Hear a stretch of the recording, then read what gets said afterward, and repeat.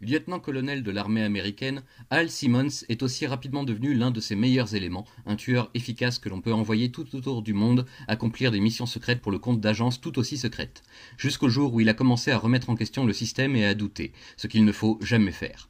Pour ça, il a été exécuté sommairement sur le terrain, puis sa dépouille ramenée au pays afin d'être honoré par sa veuve et la nation comme un vrai héros, une certaine façon de maintenir les apparences.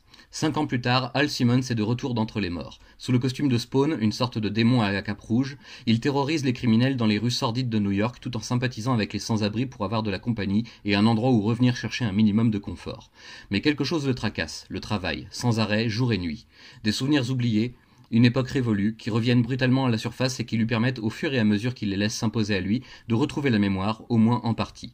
C'est ainsi qu'Hal se souvient d'avoir été tué, trahi même, et dépossédé de son âme ensuite par un démon majeur ayant fait de lui, en échange, son héros pour le grand assaut qui sera donné un jour futur contre les cieux et les légions de Dieu.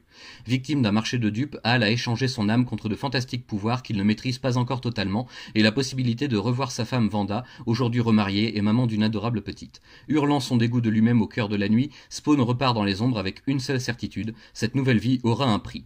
Quand il sera au bout de sa puissance, que tous ses pouvoirs auront été utilisés jusqu'à la dernière goutte, l'enfer viendra réclamer son dû, l'âme promise, et faire de lui quelque chose d'autre, de totalement inhumain. En attendant, Spawn doit survivre et s'occuper dans ce bas monde. Économisant ses pouvoirs autant que possible, il affronte des hordes de criminels et de délinquants dans les rues et même des cyborgs mutants qui le traquent parfois. Il faut dire qu'il ne passe pas forcément inaperçu et que la pègre de New York commence à s'intéresser de plus en plus à son cas. Surtout depuis qu'un petit malin s'ingénie à massacrer des hauts gradés de la mafia en leur arrachant le cœur. Tous les indices pointent vers Spawn, mais ce n'est évidemment pas lui le coupable. Dans les ténèbres, une créature bien pire encore attend son heure de gloire, le moment où elle pourra prouver à sa hiérarchie qu'elle est bien meilleure que le grand Spawn.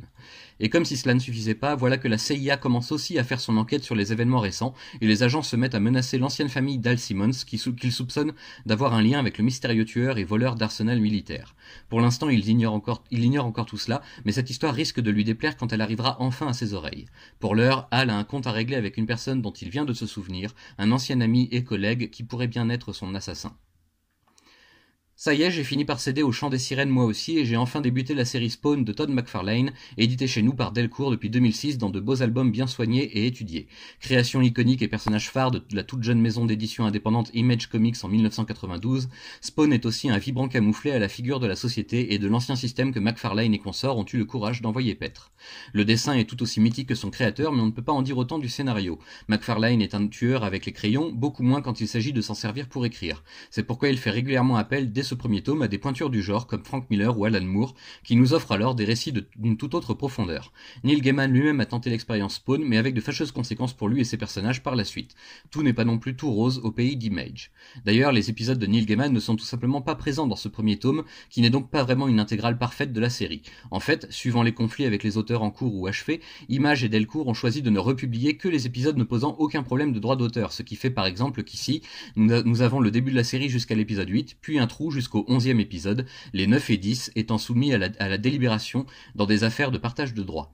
Delcourt nous assure que ces 2 épisodes manquants ne sont pas importants pour suivre l'intrigue générale, mais on voit bien à la lecture qu'il y a tout de même quelque chose en moins. C'est dommage.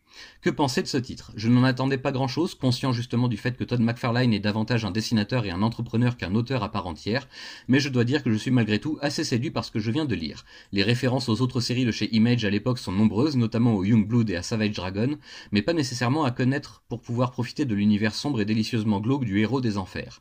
Premier essai réussi donc pour Spawn dans ma bibliothèque de comics, il était grand temps. Nous verrons par la suite si la série arrive à se surpasser et à sortir de son cadre, c'est tout ce que j'espère.